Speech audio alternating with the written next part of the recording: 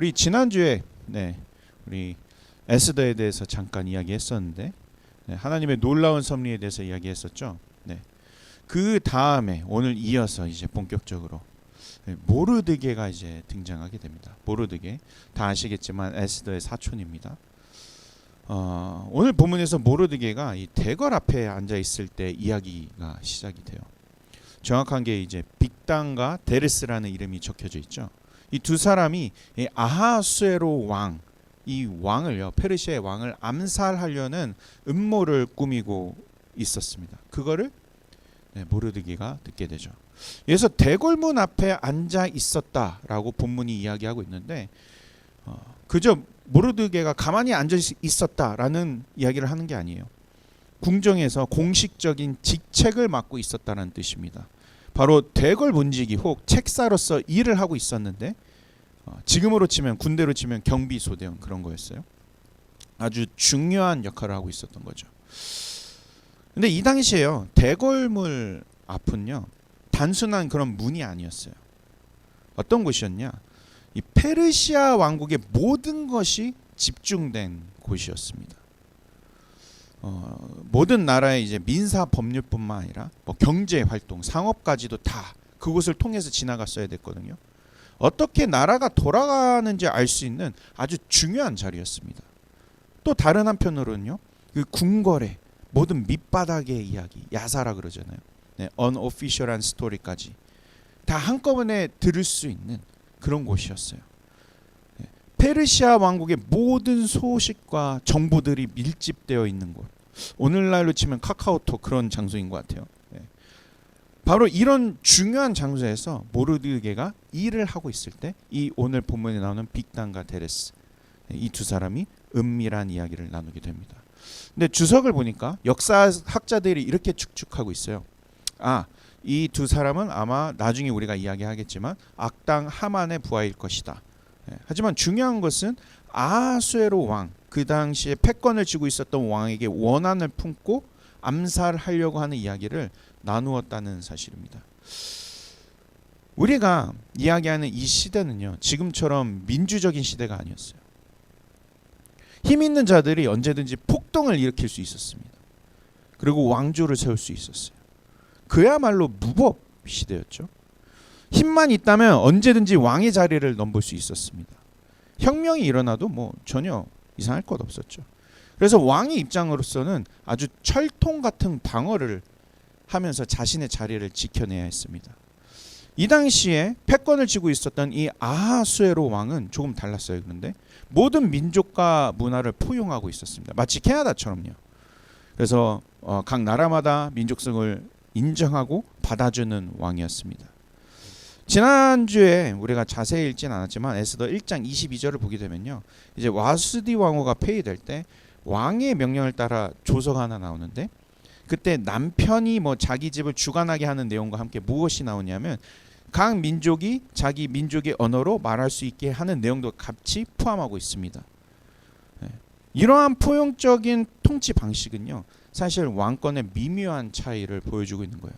바꿔 말하면 아직 왕권이 강력하게 자리 잡지 못했다라고 증거로 말할 수 있습니다. 예를 들어서 나라가 왕의 리더십으로 똘똘 뭉쳐 있잖아요. 그럼 강력하게 안정되어 있다면 대개 모든 것을 하나로 통일하여서 그 국가의 힘을 더욱 강하게 만들려고 합니다. 이 패권 국가의 원리들이 그래요. 예를 들어서 캐나다와 미국이 다른 점이 뭐죠? 미국에서 살게 되면 미국 히스토리만 듣잖아요. 그래서 I'm American 이러면서 세상에 패권을 쥐고 있다, 난 자랑스럽다. 이렇게 일반적인 원리로 나라들이 이렇게 통치하게 되는데, 이 당시에는 좀 아무래도 페르시아가 아직 바벨론을 무너뜨리고 난 지 얼마 안 됐고 왕권이 안정적이지 못했기 때문에 그나마 아하수에로 왕이 할 수 있었던 정책은 모든 것을 무력으로 통일하기보다는 수용 정책을 키워서 자신의 힘을 키워나갔던 것이었습니다. 이런 불안정한 상황 속에서 기회만 주어진다면 언제든지 역모를 일으킬 수 있었던, 그 왕의 자리를 차지할 수 있었던 그런 시대였습니다. 그래서 이런 빅단과 데레스, 이 두 명의 이름이 정확하게 나오는데 아무런 생각 없이 모든 언오피셜한 이야기들이 막 모이기 시작하니까 그것도 왕의 궁궐 앞에서 바로 앞에서 자신의 음모를 그냥 생각 없이 이야기했던 거예요. 그리고 그 이야기를 누가 듣게 되죠? 이제 모르드게가 듣게 됩니다. 그렇다면 22절에 모르드게가 이 이야기를 듣자마자 어떻게 하죠? 우리 다 같이 읽어볼까요? 시작. 모르드게가 알고 왕후 에스더에게 알리니 에스더가 모르드게의 이름으로 왕에게 아뢰니라. 역시 팔은 안으로 굽습니다, 여러분. 이 사실을 알게 된 모르드게 바로 가서 이제 에스더에게 알리고, 에스더는 모르드게의 이름을 밝혀서 왕에게 이 사실을 알려줍니다. 그리고 그 결과가 어떻게 되죠? 네, 다 같이 읽어볼까요? 시작.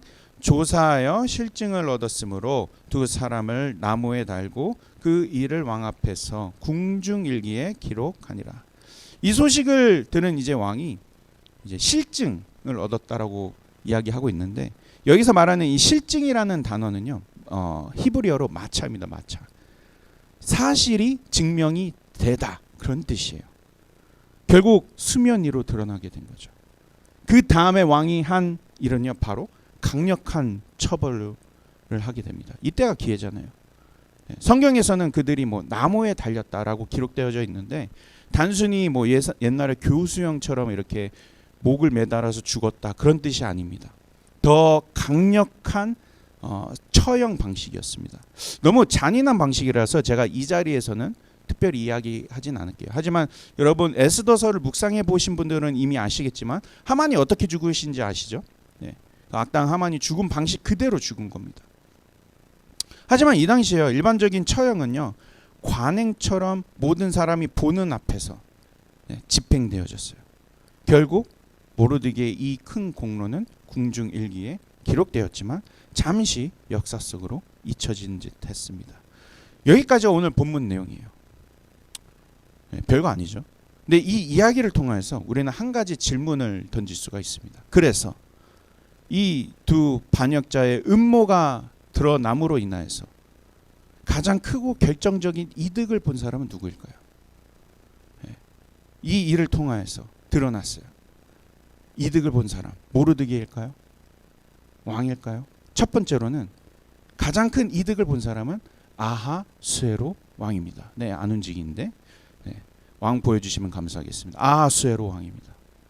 물론 이 당시 아하수에로 왕은요, 민족 포용 정책을 통해서 막대한 힘을 갖고 있었어요. 처벌이 강력하면 강력할수록 위험은 더 높아지는 거죠. 이번 사건을 통해서, 반역 사건을 통해서 확실한 본보기를 보여준 거예요. 그렇게 되면 이제 독보적인 존재가 되는 거죠. 이제 더 이상 이 왕의 패권을 넘볼 수 없는 그런 존재로 아하수에로 왕은 올라가게 됩니다. 그렇다면 이 다음에 이제 이득 보는 사람은 누구일까요? 네, 바로 그 옆에 있는 대신들이겠죠. 왕에게 충성했었던 모든 사람들, 즉 뭐 에스더, 모르드게, 잘 보이나요? 네. 그다음에 이제 다음 이야기로 나오겠지만 이제 하만도 등장하고, 악인 하만. 이제 왕의 힘을 얻고 중요한 일들이 막 나오기 시작합니다. 다음 주에 이야기하겠지만, 특히 악인 하만이요, 등장하면서 이 아하수에로 왕의 힘을 등에 업고 이 모르드게를 포함한 이 모든 유다 민족들을 다 말살하려고 했죠. 하지만 모르드게와 에스더의 그 목숨건 투쟁으로 인하여서 역시 이 둘도요, 아하수에로 왕의 힘을 얻고 모든 민족을 살려내게 됩니다. 그 역사적인 대역전극의 오늘 중심에 바로 이 반역자들을 찾아낸 모르드게의 이야기가 언급이 돼요. 이것도 되게 기가 막히게 언급이 됩니다. 오늘 본문을 보게 되면 아하수에로 이 왕의 사건으로 인하여서 왕권이 강화됐어요. 물론 이것은 왕이 바라던 모습일 수도 있습니다. 나중에 더 자세히 이야기하겠지만 오늘 모르드게의 공로를 통하여서 모르드게도 역시 오늘 이를 통하여서 인생의 역전을 경험하게 됩니다. 개인적으로는 이제 모르드게가 결국 대궐문을 지키던 인물에서 이제 모든 국민들 앞에서 칭송받게 되는 이제 왕을 살린 페르시아 왕 다음에 권력을 갖는 총리가 되고요. 이 인생 역전이죠. 민족적으로는 이제 악인 하만으로부터 유다 백성 모두를 살리는 민족의 역전극을 만들어내게 됩니다. 어떻게 보면 제가 스포일러로 다 좋은 얘기를 다 했어요. 에스더의 이야기 다 잘 풀렸잖아요. 해피엔딩으로 끝납니다. 그런데 여러분, 이 일에 해피엔딩이 되기 전에 근원이 어디에서부터 시작이 됐을까요? 물론 모르드게가 처음에 오늘 그 이야기를 듣고 대처 정말 잘했어요. 에스더에게 즉시 달려가서 빠르게 이야기함으로써 이 두 명의 반역자를 이야기함으로써 증거를 찾고 그리고 실증으로 막을 수 있었던 사건은 정말 뛰어난 대처 능력입니다. 그렇다면 이 두 반역자의 이야기를 모르드게가 어떻게 알게 되었을까요? 모르드게가 자신이 듣고 싶어서 들은 거예요? 아니죠. 그냥 가만히 자신의 일을 하고 있었는데 우연이라고 치기엔 너무 필연 같은 그냥 들린 거예요. 누군가에 대한 중요한 정보, 특히 은밀하게 이루어져야 되는 일들이잖아요. 이런 일들은 반역 같은 거는 이런 이야기들은 아무 데서나 쉽게 들을 수 있는 게 아니잖아요.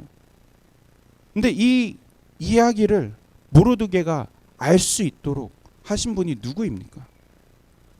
바로 우리 삶 속에서 역사하시는 인도하신 하나님이 모르드게 인생 속에 직접 개입하셔서 중요한 일을 알게 하신 것입니다. 우리 모두 모르드게처럼 만사가 형통하고 정말 하는 일들이 다 잘 풀렸으면 좋겠어요. 오늘 이야기처럼 나뿐만 아니라 다른 사람들도 잘 되면 좋죠. 그런데 이러한 일들을 누가 주도할 수 있을까요? 누가 주도할 수 있을까?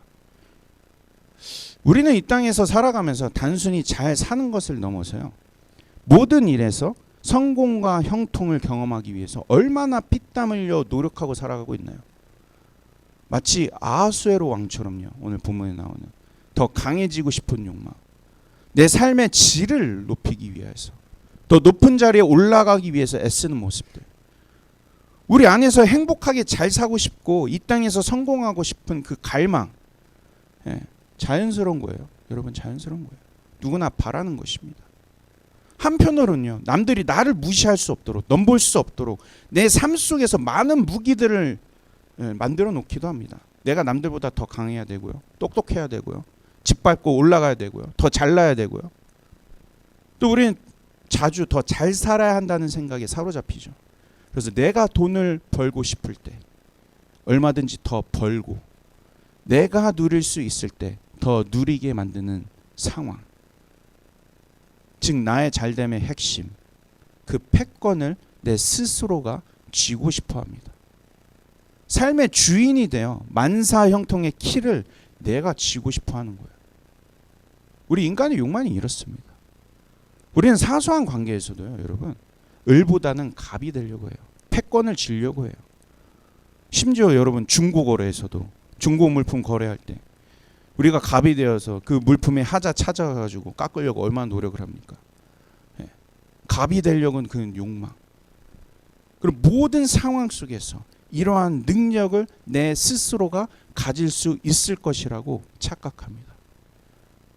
만사형통의 키, 흥망성쇠의 키, 내가 쥐고 싶지 않나요? 이것을 쥐기 위해서 내 자신이 더 치열해지지 위해서 얼마나 우리가 애쓰고 있습니까 지금? 근데 성경은 무엇을 말하고 있나요? 사무엘 선지자 한나, 선지자의 어머니 한나 이야기, 불임을 경험하고 이렇게 고백하지 않습니까? 우리 다 같이 읽어볼까요? 시작. 여호와는 죽이기도 하시고 살리기도 하시며 스올에 내리기도 하시고 거기에서 올리기도 하시는도다. 여호와는 가난하게도 하시고 부하게도 하시며 낮추기도 하시고 높이기도 하시는도다. 내 삶 속에서 내가 부유해지고 가난해지는 것, 내가 높아지고 낮아지는 이 모든 것들, 내가 내 삶 속에 열쇠를 쥐고 있어서 그렇게 된 것이 아니라는 거예요. 하나님이 나를 그렇게 창조하시고 내 인생의 패권을 하나님이 쥐고 계심을 이야기하고 있는 것입니다. 저도 여러분, 우리 모두 잘 됐으면 좋겠어요. 여러분 뭐 투자하고 뭐 공부하는 것들 다 대박 났으면 좋겠어요. 하지만 우리는 그 패권을 내가 쥐려고 합니다. 내가 내 인생에서 만사 형통까지 그 모든 것을 통제할 수 있을 거라고 생각을 하는 거예요. 그런데요, 성경 인물을 자세히 생각해 보면 이렇게 생각했던 인물이 있었어요. 네. 지난주에 우리가 다윗을 언급했다면 이제 사울 왕에 대해서 잠시 이야기해 보려고 합니다. 사울 왕은요, 자신의 인기와 왕의 권력을 얼마나 진짜 꽉 쥐고 싶어 했습니까? 어느 날 갑자기 혜성처럼 등장한 꼬마가 있죠, 다윗. 그 다윗이 골리앗을 물리쳤어요. 근데 사람들이 그 모습을 보고 자신을 두고 나는 천천, 사울 왕은 천천, 다윗은 만만, 이런 이야기를 외치면서 그 다윗이 그 인기가 치솟는 모습을 보면서 얼마나 그 사울 왕이 견디지 못했습니까? 사울은 결정적인 순간에도 그 다윗을 향한 인기도요, 그 패권도 자신이 모두 통제하려고 했어요. 사람들 앞에서는 그래도 다윗보다는 사람들이 나를 더 사랑해야지, 그걸 원했던 거예요. 그게 뜻대로 되지 않자 결국 다윗을 죽이려고까지 했죠. 근데 이러한 패권을 쥐고 싶은 마음, 그 사울의 타락이 어디에서부터 시작됐냐면, 읽지는 않겠지만 사무엘상 13장서부터 시작이 됩니다. 이스라엘 백성들이 이제 갑작스럽게 블레셋과 전쟁을 앞두고 있을 때 이스라엘 백성들이 이제 두려워 떨자 사울은 마음이 급해졌습니다. 전쟁을 시작하기 전에 원래 제사를 드려요, 이스라엘 백성들은. 근데 제사장이 그 제사를 직접 주도해서 드립니다. 이 제사장만이 주도할 수 있는 제사를 사무엘 선지자가 오지 않자 이제 초조해진 거예요. 빨리 지금 전쟁해야 되는데. 그래서 사울이라고 얘기하니까 사울 왕이 모든 전쟁과 제사를 자신이 통제할 수 있을 거라고 생각이 들었어요. 제사장만이 드릴 수 있는 번제를 자신이 직접 그래서 드리게 돼 버립니다. 이 일로 인하여서 사울은 계속 타락의 길을 걷게 돼요. 하나님께서 직접 사울의 왕위를 버리십니다. 다른 왕을 세울 것으로 명확하게 선언하십니다. 사랑하는 여러분, 오늘 본문에 나오는 이 모르드게의 우연 같은 일을 보면서 어떤 생각을 하십니까? 그리고 우리 주님이 모든 것을 주관하시도록, 내가 잘 되는 것도 주의 뜻이고 내가 낮아지는 것도 주의 뜻이라면 때가 될 때 나를 높이셔서 사용하실 그 하나님을 기다려야 하지 않겠어요? 반면에 자신의 권력을 끝까지 놓지 않고 자기 뜻대로 모든 것들을 끌고 가려 했던 이 사울 왕을 보면서 또 어떤 생각이 드세요? 나의 삶의 흐름을 인도자에게 내려드리는 일이 이렇게 중요한 일이었구나. 인간적인 방법으로 나의 잘됨을 통제하려고 할 때 그 일들이 얼마나 어리석은 것들인지, 어떻게 보면 우리가 세상을 살아가면서 젊을 때 좀 실패를 경험하는 것이 오히려 좋을 수도 있겠다. 이런 얘기해서 죄송해요. 하지만 실패를 경험하고 내가 생각하는 형통이 내 삶 속에 이루어지지 않을 때 우리는 더욱더 누구를 의지하게 됩니까? 바로 하나님을 의지하게 되지 않아요? 물론 너무 극단적인 실패는요, 우리에게 좌절감을 주지만 그 좌절감을 뚫고 우리의 트라우마를 이겨내며 주님 앞에 나아갔을 때 우리는 더욱더 하나님을 의지하게 되는 것입니다. 그 나의 삶의 형통의 키, 패권을 주고 계신 하나님을 더 의지하게 되는 거예요. 오늘 본문을 보면서 정말 그런 생각을 하게 됩니다. 127개 지역을 다스리던 왕의 권력도요, 모르드게와 에스더의 인생 역전도요, 모두 이들의 손에 있던 게 아니었어요. 이들의 권력과 인생의 역전, 내 눈에 보이지 않고 귀에 들리지 않지만, 내 삶 속에서 직접적인 증거는 없지만 그 모든 것을 주관하시는 하나님 손에 있었다는 사실을 우리가 깨닫게 됩니다. 이 사실을 깨달을 때 저는 오히려 여러분들을 이렇게 축복하고 싶어요. 뭐 대박 나세요. 이 땅에서 누릴 거 다 누리세요. 뭐 형통이 임하는 삶을 살아가세요. 라기보다는 우리의 삶이요, 높아질 수도 있어요. 낮아질 수도 있어요. 아무리 노력을 해도 우리가 예상한 것과 다르게 다른 결과가 나올 수도 있습니다. 부유할 수도 있고요. 네, 가난해질 수도 있어요. 하지만 그 삶 속에서 하나님 섭리대로 순종하며 살아가세요. 하나님이 이끄시는 그 키대로 순종하면서 살아가세요. 나의 삶의 패권을 내가 지는 것이 아니라 하나님께 기꺼이 내어드리세요. 그럴 때 오히려 나의 삶 속에 내가 계획하지 않은 하나님께서 이루어 주실 일들을 우리가 경험하게 되는 줄 믿습니다.